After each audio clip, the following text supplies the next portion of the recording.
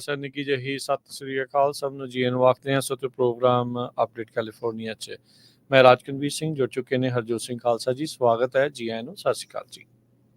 ਸਤਿ ਸ਼੍ਰੀ ਅਕਾਲ, ਧੰਨਵਾਦ ਜੀ ਆਇਆਂ ਨੂੰ। ਪੰਜਾਬੀ ਰੇਡੀਓ ਯੂਐਸਏ ਦੇ ਜਿੰਨੇ ਵੀ ਸਰੋਤੇ ਸਾਡੇ ਸਾਰੇ ਹੀ AM ਸਟੇਸ਼ਨਸ, FM ਸਟੇਸ਼ਨਸ, ਘਰਾਂ ਦੇ ਵਿੱਚ ਰੇਡੀਓ ਸੈਟਸ ਦੇ ਰਾਹੀਂ, ਟੈਲੀਫੋਨ ਦੇ ਰਾਹੀਂ, ਫੇਸਬੁੱਕ, YouTube ਤੇ ਲਾਈਵ ਦੇਖ ਰਹੇ ਹੋ, ਸੁਣ ਰਹੇ ਹੋ, ਸਾਰਿਆਂ ਨੂੰ ਜੀ ਆਇਆਂ ਨੂੰ ਤੇ ਬਹੁਤ ਹੀ ਪਿਆਰ ਤੇ ਸਤਿਕਾਰ ਭਰੀ ਸਤਿ ਸ਼੍ਰੀ ਅਕਾਲ ਸਰੋਤਿਓ। ਅੱਜ ਅਗਸਤ ਦੀ 5 ਤਰੀਕ ਆ, ਦਿਨ ਸੋਮਵਾਰ ਆ ਤੇ ਤੁਹਾਡੇ ਲਈ ਸ਼ਾਮ ਦਾ ਅਪਡੇਟ ਕੈਲੀਫੋਰਨੀਆ ਪ੍ਰੋਗਰਾਮ ਲੈ ਕੇ ਹਾਜ਼ਰ ਹੋਏ ਹਾਂ। ਸਾਡੇ ਅੱਜ ਦੇ ਇਸ ਪ੍ਰੋਗਰਾਮ ਨੂੰ ਸਪਾਂਸਰ ਕਰਦੇ ਨੇ ਖਾਲਸਾ ਇੰਸ਼ੋਰੈਂਸ ਏਜੰਸੀ, ਜਿਨ੍ਹਾਂ ਦੇ ਕੋਲੋਂ ਹਰ ਇੱਕ ਤਰੀਕੇ ਦੀ ਇੰਸ਼ੋਰੈਂਸ ਕਰਵਾ ਸਕਦੇ ਹੋ। ਇੰਸ਼ੋਰੈਂਸ ਬਾਰੇ ਪਤਾ ਕਰਨ ਲਈ ਕਾਲ ਕਰ ਸਕਦੇ ਹੋ 408 272 2500। Tirkian immigration law firm, US immigration ਦਾ ਹੋਵੇ ਕਿਸੇ ਵੀ ਤਰੀਕੇ ਦਾ ਕੰਮ, call attorney J Tirkian 415 909 0503। Gurdeep Singh Virdi Clovis, Sandeep Kaur, Mandeep Singh San Jose, Sarabjit Singh Kulwinder Kaur Dhoot, Surjit Singh Chahal Yuba City, Gurbachan Singh Nagra Sacramento, Sarabjit Singh Elko Nevada, Kamaljit Singh Daulatpuria Manteca, Bisla ਪਰਿਵਾਰ ਫਰੈਜ਼ਨੋ, ਕੁਲਦੀਪ ਸਿੰਘ ਸੰਘਾ, ਧਰਮ ਸਿੰਘ ਸੰਘਾ ਬੇਕਰਸਫੀਲਡ। ਸਾਰਿਆਂ ਦਾ ਧੰਨਵਾਦ। ਜੇ ਤੁਸੀਂ ਵੀ ਇਸ ਪ੍ਰੋਗਰਾਮ ਨੂੰ ਸਪਾਂਸਰ ਕਰਨਾ ਚਾਹੁੰਦੇ ਹੋ, ਸੰਪਰਕ ਕਰ ਸਕਦੇ ਹੋ 408 722 7698 ਦੇ ਉੱਤੇ। ਅੱਜ ਦੀਆਂ ਖਬਰਾਂ ਵੱਲ ਚਲੀਏ ਤੇ ਜੋ ਕਮਲਾ ਹੈਰਿਸ ਵਾਈਸ ਪ੍ਰੈਜ਼ੀਡੈਂਟ ਹੈਗੇ ਆ, ਨੋਮਨੀ ਹੁਣ ਪ੍ਰੈਜ਼ੀਡੈਂਟ ਦੇ ਲਈ ਆ, ਜੋ ਨਵੰਬਰ ਦੇ ਵਿੱਚ ਜੋ USA ਦੀਆਂ ਇਲੈਕਸ਼ਨ ਹੋਣੀਆਂ ਆ, ਉਹਨਾਂ ਦੀ ਜਿਹੜੀ ਪਿਕ ਹੋਣੀ ਆ ਵਾਈਸ ਪ੍ਰੈਜ਼ੀਡੈਂਟ ਦੀ, ਉਹ ਹੁਣ ਨੈਰੋ ਹੁੰਦੀ ਜਾ ਰਹੀ ਹੈਗੀ ਆ। ਦੋ ਜਣਿਆਂ ਦੇ ਨਾਂ ਹੁਣ ਰਾਈਟ ਨਾਓ ਆ ਰਹੇ, ਸ਼ਪੀਰੋ ਤੇ ਵਾਲਸ ਦੇ। ਸੋ ਕਈ ਜਣੇ ਆ ਜਿਹੜੇ ਉਹ ਕੁਇਟ ਵੀ ਕਰ ਗਏ, ਉਹ ਕਹਿੰਦੇ ਵੀ ਨਹੀਂ ਅਸੀਂ ਇਨਵੋਲਵ ਨਹੀਂ ਹੋਣਾ। ਗਵਰਨਰ ਟਿਮ ਵਾਲਸ ਜੋ ਮਿਨੇਸੋਟਾ ਤੋਂ ਆ, ਤੇ ਜੋਸ਼ ਸ਼ਪੀਰੋ ਜੋ ਪੈਂਸਿਲਵੇਨੀਆ ਤੋਂ ਹੈਗੇ ਆ। ਤੇ ਮੈਨੂੰ ਲੱਗਦਾ ਵੀ ਸ਼ਾਇਦ ਜਿਹੜੇ ਜੋਸ਼ ਸ਼ਪੀਰੋ ਆ ਪੈਂਸਿਲਵੇਨੀਆ ਦੇ, ਉਹਨਾਂ ਨੂੰ ਪਿਕ ਕਰੂਗੇ, ਕਿਉਂਕਿ ਉਹ ਜਿਹੜੀ ਸਟੇਟ ਹੈਗੀ ਆ ਬਿਲਕੁਲ ਕਦੇ ਰਿਪਬਲਿਕਨ ਹੋ ਜਾਂਦੀ, ਕਦੇ ਡੈਮੋਕ੍ਰੇਟ ਹੋ ਜਾਂਦੀ ਆ। ਸੋ ਇਹ ਸਟੇਟ ਵਿਨ ਕਰਨ ਦੇ ਲਈ ਜ਼ਰੂਰੀ ਹੈਗੀ ਆ ਕਮਲਾ ਹੈਰਿਸ ਦੇ ਲਈ। ਜੀ ਬਿਲਕੁਲ, ਇਹ ਦੋਨੋਂ ਹੀ ਇਨਫੈਕਟ ਸਵਿੰਗ ਸਟੇਟਾਂ ਨੇ। ਇਸ ਦੇ ਵਿੱਚ ਟਿਮ ਵਾਲਸ ਤੇ ਜਾਂ ਜੋਸ਼ ਸ਼ਪੀਰੋ, ਪੈਂਸਿਲਵੇਨੀਆ ਵਾਲੇ ਦੇ ਜਿਹੜੇ ਜ਼ਿਆਦਾ ਚਾਂਸ ਆ। ਕੱਲ੍ਹ ਨੂੰ ਕਹਿੰਦੇ ਐਲਾਨ ਉਹਨਾਂ ਨੇ ਕਰਨਾ ਕੁਛ ਕੁ ਘੰਟਿਆਂ ਬਾਅਦ, ਹੋ ਸਕਦਾ ਆ ਵੀ ਹੁਣ ਜਦ ਆਪਾਂ ਜਾਵਾਂਗੇ ਕੱਲ੍ਹ ਸਵੇਰ ਨੂੰ ਜਦੋਂ ਉੱਠਾਂਗੇ ਤਾਂ ਆਲਰੇਡੀ ਐਲਾਨ ਹੋਇਆ ਹੋ ਸਕਦਾ ਆ। ਸੋ ਲੈਟਸ ਸੀ ਕੀ ਜਿਹੜਾ ਬਣਦਾ ਆ। ਤੇ ਕਹਿੰਦੇ ਵੀ ਇਹਨਾਂ ਨੇ ਇਨਫੈਕਟ ਸਵਿੰਗ ਸਟੇਟਸ ਦਾ ਕਾਫੀ ਦੌਰੇ ਵੀ ਰੱਖੇ ਹੋਏ ਆ ਕਮਲਾ ਹੈਰਿਸ ਹੁਣਾਂ ਨੇ। ਕੌਣ ਇਹ ਬਣਦਾ ਆ ਜਿਹੜਾ ਰਨਿੰਗ ਮੇਟ ਇਹਨਾਂ ਦਾ ਕਮਲਾ ਹੈਰਿਸ ਦਾ, ਇਹ ਜਿਹੜੀ ਉਹ ਦੇਖਣ ਵਾਲੀ ਗੱਲ ਆ। 51 ਸਾਲਾਂ ਦੇ ਨੇ ਜਿਹੜੇ ਸ਼ਪੀਰੋ, ਪਾਰਟੀ ਦੇ ਵਿੱਚ ਆਪਣੇ ਇਸ ਟਾਈਮ ਉੱਭਰ ਰਹੇ ਸਟਾਰ ਮੰਨੇ ਜਾਂਦੇ ਆ। ਪੈਂਸਿਲਵੇਨੀਆ ਦੇ ਵਿੱਚ ਇਹਨਾਂ ਦੀਆਂ ਅਪਰੂਵਲ ਰੇਟਿੰਗਸ ਗੁੱਡ ਨੇ, ਤੇ ਪੈਂਸਿਲਵੇਨੀਆ ਦੇ ਵਿੱਚ 19 ਇਲੈਕਟਰਲ ਵੋਟਾਂ ਨੇ। ਇਹ ਮਸਟ ਵਿਨ ਸਟੇਟ ਆ ਦੋਨਾਂ ਹੀ ਕੈਂਡੀਡੇਟਸ ਲਈ, ਟਰੰਪ ਹੋਣਾ ਲਈ ਵੀ ਤੇ ਹੈਰਿਸ ਹੋਣਾ ਦੇ ਲਈ, ਜਿਹੜਾ ਉਹ ਬਾਜੀ ਮਾਰਨਾ ਚਾਹੁੰਦਾ ਆ। ਸੋ ਇਹ ਸਾਬਕਾ ਅਟਰਨੀ ਜਨਰਲ ਵੀ ਜਿਹੜੇ ਉਹ ਰਹੇ ਆ। ਇੱਥੋਂ ਤੱਕ ਕਿ ਸ਼ਪੀਰੋ ਦੀ ਸਪੋਰਟ ਆ ਖਾਸੀ ਜਿਹੜੀ ਇਜ਼ਰਾਈਲ ਦੇ ਲਈ ਵੀ, ਜਿਹੜੇ ਕੁਛ ਇਹਨਾਂ ਦੇ ਪ੍ਰੋਗਰੈਸਿਵ ਵੋਟਰਸ ਨੂੰ ਜ਼ਰੂਰ ਨਿਰਾਸ਼ ਜਿਹੜੀ ਆ ਜਾਂ ਨਾਰਾਜ਼ ਕਰ ਸਕਦੀ ਹੈ ਜਿਹੜੀ ਇਜ਼ਰਾਈਲ ਗਾਜ਼ਾ ਦੀ ਵਾਰ ਜਿਹੜੀ ਉਹ ਲੱਗੀ ਹੋਈ ਆ। ਸੋ ਹੁਣ ਦੇਖੋ ਕੀ ਬਣਦਾ ਹੈ। ਉਧਰ ਜਿਹੜੇ ਟਿਮ ਵਾਲਸ ਨੇ, ਉਹ ਸਾਬਕਾ US ਆਰਮੀ ਦੇ ਨੈਸ਼ਨਲ ਗਾਰਡ ਮੈਂਬਰ ਰਹੇ ਆ, ਟੀਚਰ ਵੀ ਜਿਹੜੇ ਉਹ ਰਹੇ ਆ, ਤੇ ਕਾਫੀ ਕਹਿੰਦੇ ਵੀ ਪਿਛਲੇ ਹਫ਼ਤਿਆਂ ਦੇ ਵਿੱਚ ਇਹਨਾਂ ਦਾ ਨਾਮ ਉੱਭਰ ਕੇ ਜਿਹੜਾ ਉਹ ਸਾਹਮਣੇ ਆਇਆ। ਰੀਸੈਂਟਲੀ ਉਹਨਾਂ ਨੇ ਟਰੰਪ ਤੇ ਜਿਹੜੀ ਵੈਂਸ ਆ ਉਹਨਾਂ ਨੂੰ ਇੱਕ ਵੀਅਰਡ ਕਰਕੇ ਜਿਹੜਾ ਆ ਉਹ ਐਲਾਨਿਆ ਸੀਗਾ, ਜਦ ਕਮਲਾ ਹੈਰਿਸ ਹੁਣਾਂ ਨੂੰ ਜਿਹੜੀ ਇੱਕ ਇਨਸਲਟ ਇਹਨਾਂ ਨੇ ਜਿਹੜੀ ਵਾਇਰਸ ਕੀਤੀ ਸੀ, ਉਹਨਾਂ ਦੇ ਕੈਂਪੇਨ ਨੇ ਵੀ ਉਸ ਨੂੰ ਜਿਹੜੇ ਇੱਕ ਹਿਸਾਬ ਦੇ ਨਾਲ ਸਪੋਰਟ ਕਰ ਦਿੱਤੀ ਸੀਗੀ। ਸੋ ਰਿਪਬਲਿਕਨ ਲੀਨਿੰਗ ਡਿਸਟ੍ਰਿਕਟ ਦੇ ਵਿੱਚੋਂ ਇਹ ਸਾਬਕਾ ਕਾਂਗਰਸ ਦੇ ਮੈਂਬਰ ਵੀ ਰਹੇ ਨੇ। ਸੋ ਰੂਰਲ ਵਾਈਟ ਵੋਟਰਸ ਦੇ ਉੱਤੇ ਇਹਨਾਂ ਦੀ ਇਸ ਟਿਮ ਵਾਲਸ ਦੇ ਜ਼ਰੀਏ ਜਿਹੜੀ ਉਹ ਅੱਖ ਰਹੂਗੀ। ਸੋ ਲੈਟਸ ਸੀ ਕੀ ਬਣਦਾ ਹੈ। ਕੁਛ ਹੀ ਘੰਟਿਆਂ ਦੇ ਵਿੱਚ ਐਲਾਨ ਹੋ ਸਕਦਾ ਆ ਇਹਨਾਂ ਦੇ ਰਨਿੰਗ ਮੀਟ ਦਾ। ਜੀ ਅਗਲੀ ਗੱਲ ਵਾ ਚਲੀਏ। ਅੱਜ ਕਹਿੰਦੇ ਵੀ US ਦੇ ਕਈ ਜਿਹੜੇ ਪਰਸਨਲ ਆ ਉਹ ਫੱਟੜ ਹੋ ਗਏ ਜਦੋਂ ਇਰਾਕ ਦੇ ਵਿੱਚ USA ਦਾ ਜਿਹੜਾ ਮਿਲਟਰੀ ਬੇਸ ਆ ਉਹਦੇ ਉੱਤੇ ਇੱਕ ਰਾਕਟ ਦੇ ਨਾਲ ਹਮਲਾ ਕੀਤਾ ਗਿਆ। ਕਹਿੰਦੇ ਵੀ ਮੋਸਟ ਪ੍ਰੋਬਬਲੀ ਹਮਾਸ ਜਾਂ ਈਰਾਨ ਵੱਲੋਂ ਇਹ ਹੋ ਸਕਦਾ ਹੈਗਾ। ਜੋ ਬਾਈਡਨ ਪ੍ਰੈਜ਼ੀਡੈਂਟ ਤੇ ਵਾਈਸ ਪ੍ਰੈਜ਼ੀਡੈਂਟ ਕਮਲਾ ਹੈਰਿਸ ਨੂੰ ਬਰੀਫ ਕੀਤਾ ਗਿਆ। ਇਹ ਐਲ ਅਸਾਦ 에ਅਰਬੇਸ ਆ, ਉੱਥੇ ਸਾਰਾ ਵਾਪਰਿਆ। ਪਿਛਲੇ ਦਿਨਾਂ ਤੋਂ ਹੀ ਪ੍ਰੈਜ਼ੀਡੈਂਟ ਬਾਈਡਨ ਹੁਣੀ ਅਲਰਟ ਕਰ ਰਹੇ ਸੀ ਕਿ ਕਿਸੇ ਟਾਈਮ ਵੀ ਇਰਾਨ ਵਾਲੇ ਜੋ ਆ ਉਹ ਇਜ਼ਰਾਈਲ ਤੇ ਅਟੈਕ ਕਰ ਸਕਦੇ ਹੈਗੇ, ਪਲੱਸ ਮੇ ਵੀ ਅਮਰੀਕਨ ਜਿਹੜੀਆਂ ਫੋਰਸਿਸ ਉਹਨਾਂ ਦੀਆਂ ਹੈਗੀਆਂ। ਵਾਈਸ ਪ੍ਰੈਜ਼ੀਡੈਂਟ ਨੇ ਇਹ ਕਿਹਾ ਵੀ ਮੈਨੂੰ ਵੀ ਬਰੀਫ ਕੀਤਾ ਗਿਆ ਸਿਚੁਏਸ਼ਨ ਰੂਮ ਦੇ ਵਿੱਚ, ਮਿਡਲ ਈਸਟ ਦੇ ਵਿੱਚ ਸਿਚੁਏਸ਼ਨ ਇਸ ਟਾਈਮ ਦੇ ਉੱਤੇ ਬੜੀ ਟੈਂਸ ਬਣੀ ਹੋਈ ਹੈਗੀ ਆ। ਅਕਤੂਬਰ 7 ਪਿਛਲੇ ਸਾਲ ਤੋਂ ਲੈ ਕੇ ਹੁਣ ਤੱਕ 40,000 ਤੋਂ ਵੱਧ ਸਿਵਲੀਅਨ ਜੋ ਫਲਸਤੀਨੀਅਨ ਏਰੀਆ ਉੱਥੇ ਮਾਰੇ ਜਾ ਚੁੱਕੇ ਆ। 1200 ਤੋਂ ਵੱਧ ਜਿਹੜੇ ਇਜ਼ਰਾਈਲ ਵਾਲੀ ਸਾਈਡ ਦੇ ਉੱਤੇ ਮਾਰੇ ਜਾ ਸਕਦੇ ਹੈਗੇ ਆ।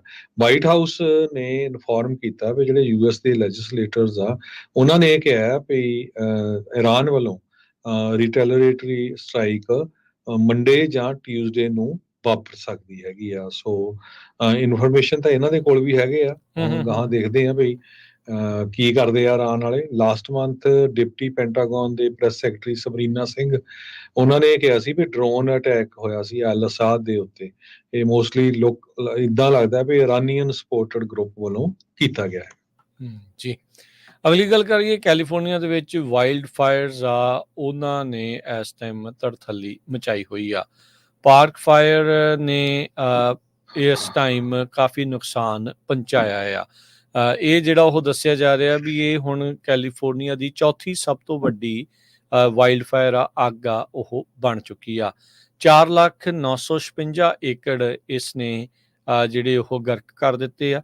ਨਾਲ ਦੇ ਨਾਲ 564 ਜਿਹੜੀਆਂ ਬਿਲਡਿੰਗਸ ਆ ਉਹਨਾਂ ਨੂੰ ਨੁਕਸਾਨ ਕਰ ਦਿੱਤਾ, ਡਿਸਟਰੋਏ ਕਰ ਦਿੱਤਾ। ਕਹਿੰਦੇ ਵੀ ਇਕੱਲੇ ਸ਼ਨੀਚਰਵਾਰ ਨੂੰ ਹੀ ਇਹਨਾਂ ਨੇ 50 ਜਿਹੜੀਆਂ ਬਿਲਡਿੰਗਸ ਆ ਹੋਰ ਨੁਕਸਾਨ ਦਿੱਤੀਆਂ ਸੀ। ਕੈਲ ਫਾਇਰ ਨੇ ਇਹ ਜਿਹੜੇ ਆ ਅੰਦਾਜ਼ੇ ਦੱਸੇ ਹੈਗੇ ਆ। ਬਿਊਟ, ਪਲੂਮਸ, ਸ਼ਾਸ਼ਤਾ ਤੇ ਟਿਹਾਮਾ ਕਾਉਂਟੀਜ਼ ਦੇ ਵਿੱਚ ਇਹ ਅੱਗ ਲੱਗੀ ਹੋਈ ਆ।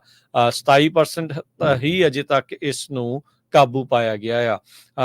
SCU ਲਾਈਟਨਿੰਗ ਕੰਪਲੈਕਸ ਫਾਇਰ ਜਿਹੜੀ ਕਿ ਬੇ ਏਰੀਆ ਤੇ ਸੈਨ ਮਕੀਨ ਵੈਲੀ ਦੇ ਇਲਾਕੇ 'ਚ ਅਗਸਤ 2020 'ਚ ਲੱਗੀ ਸੀ, ਉਸਨੇ 225 ਜਿਹੜੇ ਸਟਰਕਚਰ ਆ ਉਹ ਡਿਸਟਰੋਏ ਕੀਤੇ ਸੀਗੇ।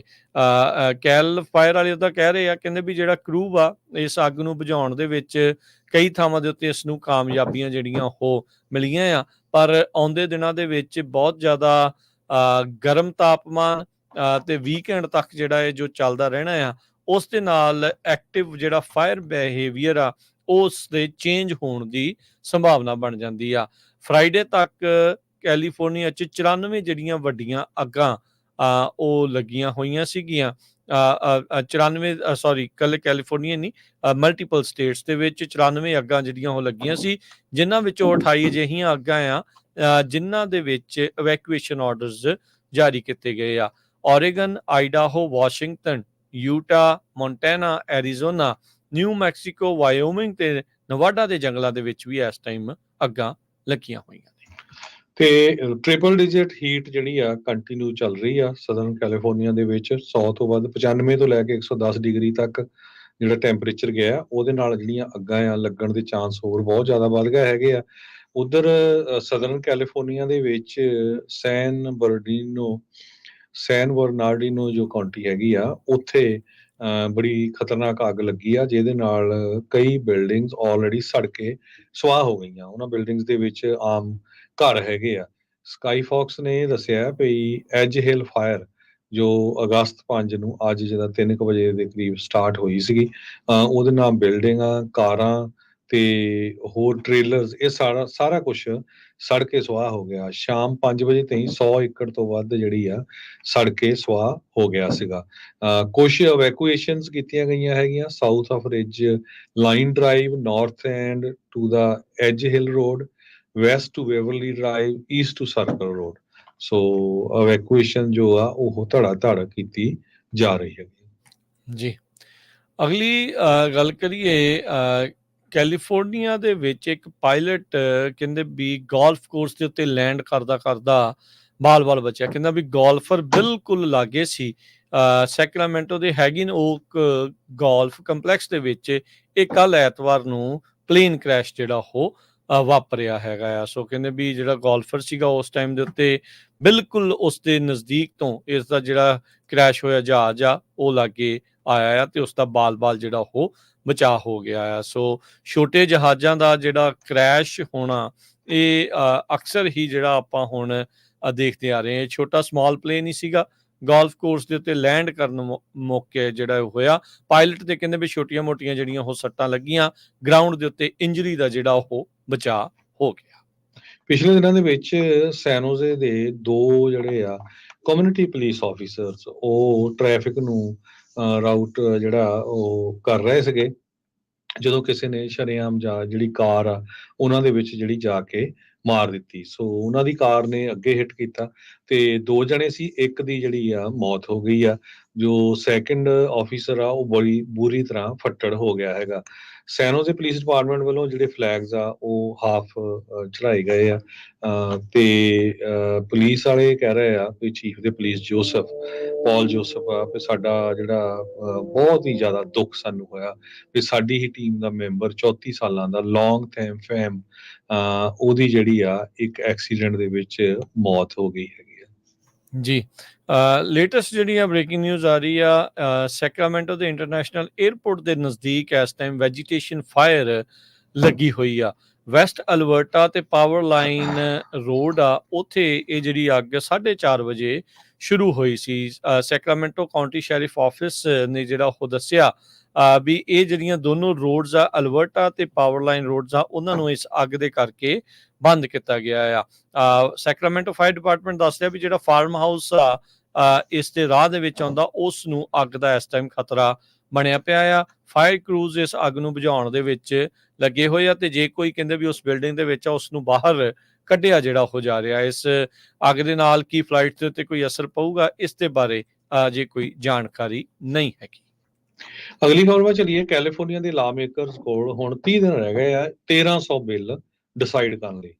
ਸੋ ਬਹੁਤ ਵੱਡਾ ਨੰਬਰ ਹੈਗਾ। ਇਹਦੇ ਵਿੱਚ ਜਿਹੜੇ ਬਿੱਲ ਹੈਗੇ ਆ, ਬਜਟ ਨੈਗੋਸ਼ੀਏਸ਼ਨ ਤੋਂ ਲੈ ਕੇ taxing, tech industry, streamlining, solar, wind energy project, ਇਹ ਸਾਰਿਆਂ ਦੇ ਉੱਤੇ ਜਿਹੜੇ ਬਿੱਲ ਆ ਉਹ ਇਸ ਵੇਲੇ ਅਸੈਂਬਲੀ ਦੇ ਵਿੱਚ ਹੈਗੇ ਆ ਤੇ ਇਹਨਾਂ ਚੋਂ ਕਈ ਇੰਪੋਰਟੈਂਟ ਵੀ ਕਾਫੀ ਬਿੱਲ ਹੈਗੇ ਆ। ਇੱਕ ਲਾਇਬ੍ਰੇਰੀ ਵਾਲਾ ਬਿੱਲ ਹੈਗਾ ਆ ਕਿ ਲਾਇਬ੍ਰੇਰੀ ਦੇ ਵਿੱਚ ਜਿਹੜੀਆਂ ਬੁੱਕਸ ਆ ਉਹ ਕਿਸ ਹਿਸਾਬ ਦੇ ਨਾਲ ਤੁਸੀਂ ਐਕਸੈਪਟ ਜਾਂ ਰਿਜੈਕਟ ਕਰਦੇ ਹੋ। ਤੇ ਇਸ ਤੋਂ ਬਿਨਾਂ LGBT ਹੋਰ ਜਿਊਸ਼ ਪਬਲਿਕ ਅਫੇਅਰ ਕਮੇਟੀ ਵੱਲੋਂ ਵੀ ਜਿਹੜਾ ਕੁਝ ਬਿੱਲਾਂ ਨੂੰ ਸਪੋਰਟ ਕੀਤਾ ਜਾ ਰਿਹਾ ਹੈਗਾ ਤੇ ਸੋ ਸੈਸ਼ਨ ਜਿਹੜਾ ਆ ਪੂਰਾ ਜਿਹੜਾ ਬਿਜੀ ਇਸ ਵਾਰ ਰਹੂਗਾ। ਜੀ, ਇੱਕ ਭਾਰਤੀ ਮੂਲ ਦੇ ਟੈਕ ਕੰਪਨੀ 'ਚ ਕੰਮ ਕਰਨ ਵਾਲੇ ਸਿਧਾਂਤ ਵਿਠਲ ਪਟੇਲ, ਉਸ ਦੀ ਜਿਹੜੀ ਲਾਸ਼ ਆ ਕਹਿੰਦੇ ਸ਼ਾਇਦ ਲੱਭ ਗਈ ਆ। ਗਲੇਸ਼ੀਅਰ ਨੈਸ਼ਨਲ ਪਾਰਕ ਦੇ ਜਿਹੜੇ ਰੇਂਜਰਸ ਆ ਉਹਨਾਂ ਨੇ ਦੱਸਿਆ ਵੀ ਉਹਨਾਂ ਨੂੰ ਇੱਕ ਬੋਡੀ ਜਿਹੜੀ ਆ ਉਹ ਰਿਕਵਰ ਹੋਈ ਆ। ਕਹਿੰਦੇ ਵੀ ਅਵਲਾਂਚ ਕ੍ਰੀਕ ਦੇ ਵਿੱਚ 6 ਜੁਲਾਈ ਨੂੰ ਇਹ 26 ਸਾਲਾਂ ਦਾ ਸਿਧਾਂਤ ਆ ਉਹ ਡਿੱਗ ਗਿਆ ਸੀ। ਉਸ ਉਹ ਪਾਣੀ ਕਹਿੰਦੇ ਵੀ ਬਹੁਤ ਜ਼ਿਆਦਾ ਤੇਜ਼ ਵਹਾਅ ਦੇ ਨਾਲ ਉੱਥੇ ਵਗ ਰਿਹਾ ਸੀ, ਜਿਸ ਕਰਕੇ ਉਸਦੀ ਬੋਡੀ ਨੂੰ ਉਦੋਂ ਰਿਕਵਰ ਨਹੀਂ ਕੀਤਾ ਜਾ ਸਕਿਆ। ਅੱਜ ਕਹਿੰਦੇ ਵੀ ਇੱਕ ਵਿਜ਼ਿਟਰ ਜੋ ਕਿ ਗਲੇਸ਼ੀਅਰ ਨੈਸ਼ਨਲ ਪਾਰਕ ਦੇ ਵਿੱਚ ਗਿਆ ਹੋਇਆ ਸੀ, ਉਸ ਨੇ ਇਸ ਚੋਅ ਦੇ ਵਿੱਚ ਇਸ ਦੀ ਬੋਡੀ ਆ ਉਹ ਦੇਖੀ ਤੇ ਬਾਅਦ ਦੇ ਵਿੱਚ ਪਾਰਕ ਦੇ ਅਧਿਕਾਰੀਆਂ ਨੂੰ ਦੱਸਿਆ। ਸੋ ਬੋਡੀ ਨੂੰ ਹੁਣ ਕਹਿੰਦੇ flat head County corner office ਦੇ ਵਿੱਚ DNA ਜਾਂ ਡੈਂਟਲ ਰੈਕੋਰਡ ਦੇ ਨਾਲ ਆਇਡੈਂਟੀਫਾਈ ਕਰਨ ਦੇ ਲਈ ਉੱਥੇ ਖੜਿਆ ਗਿਆ ਆ। ਪਟੇਲ, ਸਿਧਾਂਤ ਪਟੇਲ ਇਹ ਕੈਲੀਫੋਰਨੀਆ ਦੇ ਵਿੱਚ ਹੀ ਕੰਮ ਕਰਦਾ ਸੀ ਤੇ ਇੱਥੇ ਹੀ ਜਿਹੜਾ ਉਹ ਰਹਿੰਦਾ ਸੀ। 6 ਜੁਲਾਈ ਨੂੰ 2 ਜਾਣੇ ਉੱਥੇ ਡੁੱਬੇ ਸੀਗੇ, ਉਹਨਾਂ ਦੇ ਵਿੱਚੋਂ ਇਹ ਇੱਕ ਜਾਣਾ ਸੀਗਾ। ਰਾਜੂ ਝਾ 28 ਸਾਲਾਂ ਦਾ ਨੇਪਾਲ ਦਾ ਰਹਿਣ ਵਾਲਾ, ਲੇਕ ਮੈਕਡੋਨਲਡ ਦੇ ਵਿੱਚ ਉਸ ਦੀ ਡੁੱਬ ਕੇ ਮੌਤ ਹੋਈ ਸੀ। ਉਹ ਕਹਿੰਦੇ ਵੀ ਇਨਐਕਸਪੀਰੀਅੰਸਡ ਸਵਿਮਰ ਸੀਗਾ ਤੇ ਉਸ ਦੀ ਜਿਹੜੀ ਬੋਡੀ ਆ ਉਹ ਬਾਅਦ ਦੇ ਵਿੱਚ ਲੱਭੀ ਸੀਗੀ। ਤੇ ਇਹ ਜਿਹੜਾ ਰਾਜੂ ਝਾ ਆ ਨੇਪਾਲ ਦਾ, ਇਹ ਪੋਰਟਲੈਂਡ ਓਰੇਗਨ ਦੇ ਵਿੱਚ ਰਹਿੰਦਾ ਸੀਗਾ। ਪਰ ਕੈਲੀਫੋਰਨੀਆ ਦਾ ਰਹਿਣ ਵਾਲਾ ਸਿਧਾਂਤ ਵਿਠਲ ਪਟੇਲ ਆ, ਉਸ ਦੀ ਵਿਚਾਰੇ ਦੀ ਜਿਹੜੀ ਬੋਡੀ ਆ 4 ਜੁਲਾਈ ਜੋ ਕਿ ਆਪਾਂ ਨੂੰ ਪਤਾ ਆ ਵੀ ਆਜ਼ਾਦੀ ਦਾ ਦਿਨ ਵਾਲਾ ਆ, ਉਹ ਵਾਲੇ ਵੀਕਐਂਡ ਦੇ ਉੱਤੇ ਘੁੰਮਣ ਫਿਰਨ ਗਿਆ ਸੀਗਾ ਗਲੇਸ਼ੀਅਰ ਨੈਸ਼ਨਲ ਪਾਰਕ ਮੌਂਟੈਨਾ ਦੇ ਵਿੱਚ ਉੱਥੇ ਇਹ ਡਿੱਗ ਕੇ ਉੱਥੇ ਇਸ ਦੀ ਮੌਤ ਹੋਈ ਸੀ ਤੇ ਹੁਣ ਫਾਈਨਲੀ ਮਹੀਨੇ ਬਾਅਦ ਜਾ ਕੇ ਉਸ ਦੀ ਬੋਡੀ ਲੱਭੀ ਆ। ਅਗਲੀ ਖਬਰ ਵੱਲ ਚੱਲੀਏ ਤੇ ਐਲੋਨ ਮਸਕ ਨੇ ਕਿਹਾ ਹੈ ਕਿ ਉਹਦੀ ਜਿਹੜੀ ਐਕਸ ਕੰਪਨੀ ਆ ਉਹ ਸੈਨ ਫਰਾਂਸਿਸਕੋ ਛੱਡ ਕੇ ਜਾ ਰਹੀ ਆ ਤੇ ਉਸ ਨੂੰ ਬੇ ਏਰੀਏ ਦੇ ਹੋਰ ਜਿਹੜੇ ਆਫਿਸਰਸ ਆ ਉਹਨਾਂ ਦੇ ਵਿੱਚ ਮੂਵ ਕੀਤਾ ਜਾਊਗਾ।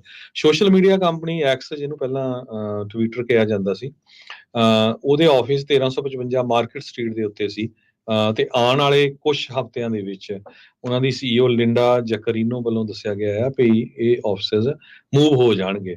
ਇਹ ਕੁਝ ਆਫਿਸ ਜਿਹੜੇ ਸੈਨੋਜ਼ੇ ਏਰੀਏ 'ਚ ਰੱਖੇ ਜਾਣਗੇ, ਕੁਝ ਜਿਹੜੇ ਆ ਪਾਲੋ ਆਲਟੋ ਏਰੀਏ ਦੇ ਵਿੱਚ ਉਹਨਾਂ ਦੇ EMPLOYEEਆਂ ਨੂੰ ਰੱਖਿਆ ਜਾਊਗਾ। ਸੋ ਐਕਸ ਦੇ ਕੋਲ ਹੁਣ ਕੋਈ ਮੀਡੀਆ ਰਿਲੇਸ਼ਨ ਡਿਪਾਰਟਮੈਂਟ ਨਹੀਂ ਹੈਗੀ ਤੇ ਉਹ ਕਿਸੇ ਤਰ੍ਹਾਂ ਦਾ ਵੀ ਇਹਦੇ ਉੱਤੇ ਕਮੈਂਟ ਵੀ ਨਹੀਂ ਕਰਦੇ ਹੈਗੇ। ਪਰ ਜਿਹੜਾ ਇਲੋਨ ਮਸਕ ਆ, ਉਹ ਆਪਾਂ ਸਾਰਿਆਂ ਨੂੰ ਪਤਾ ਹੀ ਆ ਵੀ ਉਹ ਵੱਖ-ਵੱਖ ਡਿਸੀਜਨ ਬੜੇ ਸਟਰੋਂਗ ਡਿਸੀਜਨ ਉਹ ਆਪਣੇ ਬੇਸ ਤੇ ਲੈਂਦਾ ਰਹਿੰਦਾ ਹੈ। ਜੀ, ਅਗਲੀ ਗੱਲ ਕਰੀਏ ਸੈਕਰਾਮੈਂਟੋ ਦੇ ਵਿੱਚ ਜਿਹੜਾ ਕੈਪੀਟਲ ਰੇਡੀਓ ਆ ਉਸ ਦੇ ਆਡਿਟ ਦੀਆਂ ਡਿਟੇਲਸ ਦੇ ਵਿੱਚ ਜਿਹੜਾ ਕਈ ਕੁਛ ਜਿਹੜਾ ਉਹ ਸਾਹਮਣੇ ਆਇਆ। ਕਹਿੰਦੇ ਵੀ ਆਡਿਟ ਇਹ ਦੱਸਦਾ ਵੀ ਉੱਥੇ ਕੌਨਫਲਿਕਟ ਆਫ ਇੰਟਰਸਟ ਰਿਹਾ ਆ।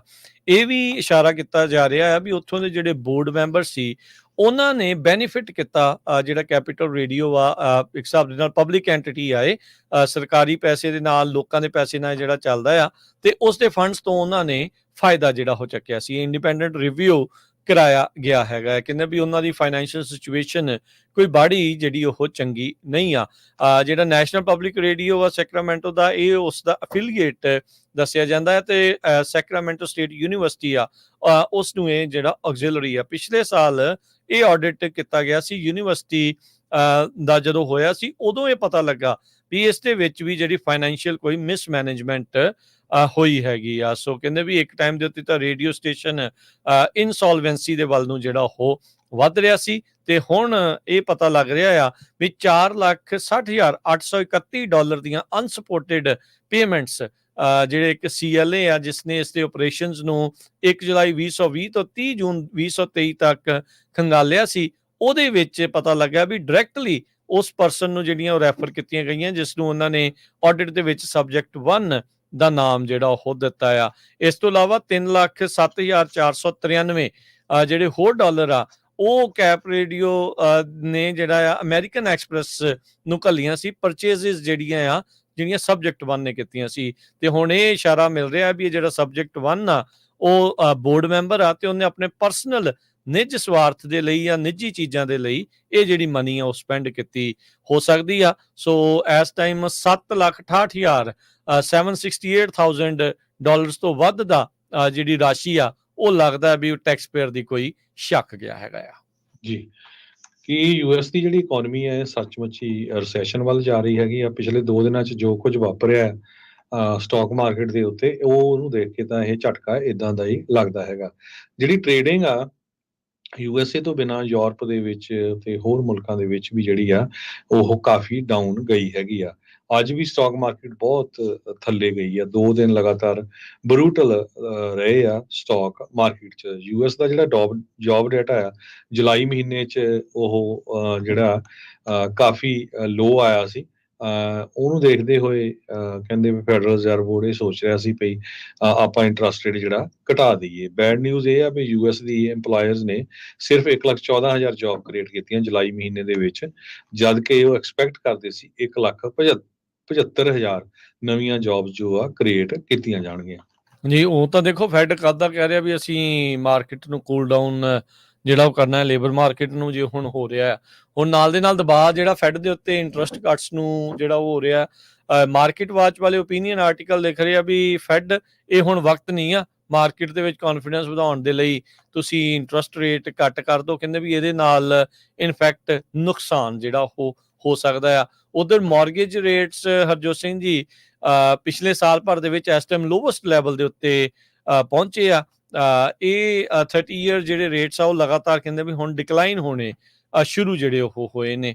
ਸੋ ਕਾਫੀ ਕੁਝ ਜਿਹੜਾ ਉਹ ਚੇਂਜ ਹੋ ਰਿਹਾ ਆ। ਮਾਰਕੀਟ ਨੇ ਕਿਸ ਕਰਵਟ ਬੈਠਣਾ ਆ ਇਹ ਦੇਖਣ ਵਾਲੀ ਗੱਲ ਆ। ਪਰ ਓਵਰਆਲ ਅੱਜ ਬਹੁਤ ਵੱਡਾ ਬਲੱਡ ਬਾਥ ਰਿਹਾ। ਜੇ ਨੰਬਰਸ ਦੇ ਉੱਤੇ ਨਜ਼ਰ ਮਾਰਦੇ ਜਾਈਏ ਤਾਂ ਡਾਓ ਜੋਨ 1034 ਪੁਆਇੰਟ ਘਟ ਕੇ 38,703 ਤੇ, S&P 160 ਪੁਆਇੰਟ ਘਟ ਕੇ 5186, ਨੈਸਡੈਕ 576 ਪੁਆਇੰਟ ਘਟ ਕੇ 16,200 ਤੇ ਬੰਦ ਹੋਇਆ। ਸੋਨੇ ਦਾ ਭਾਅ $2,458 ਪ੍ਰਤੀ ਆਉਂਸ, ਕੱਚੇ ਤੇਲ ਦੀ ਕੀਮਤ $74 ਪ੍ਰਤੀ barrel, 10 year yield 3.84%। Crypto currency ਦੇ ਵਿੱਚ ਵੀ ਝਟਕਾ ਜਿਹੜਾ ਉਹ ਲੱਗਾ। ਬਿਟਕੋਇਨ 55,999, ਇਥੀਰੀਅਮ 2500 ਤੇ $39 ਦੇ ਬਰਾਬਰ ਚੱਲ ਰਿਹਾ ਹੈ। 1 ਯੂਐਸ ਡਾਲਰ ਦੇ ਬਰਾਬਰ ਇੰਡੀਆ ਦੇ 84 ਰੁਪਏ ਤੇ 1 ਸੈਂਟ ਰਹੇ ਆ। 1 ਯੂਐਸ ਡਾਲਰ ਦੇ ਬਰਾਬਰ ਪਾਕਿਸਤਾਨ ਦੇ 278 ਰੁਪਏ ਤੇ 90 ਪੈਸੇ। 1 ਯੂਐਸ ਡਾਲਰ ਦੇ ਬਰਾਬਰ ਕੈਨੇਡਾ ਦੇ 1 ਡਾਲਰ ਤੇ 38 ਸੈਂਟ। ਇੱਥੇ ਪ੍ਰੋਗਰਾਮ ਦੀ ਸਮਾਪਤੀ। ਮੇਰੇ ਰਾਜਕਮਵੀਰ ਸਿੰਘ ਵੱਲੋਂ ਤੇ ਹਰਜੋਤ ਸਿੰਘ ਵੱਲੋਂ ਸਭ ਨੂੰ ਪਿਆਰ ਭਰੀ ਸਤਿ ਸ਼੍ਰੀ ਅਕਾਲ। ਸੁਣਦੇ ਰਹੋ, ਦੇਖਦੇ ਰਹੋ ਪੰਜਾਬੀ ਰੇਡੀਓ US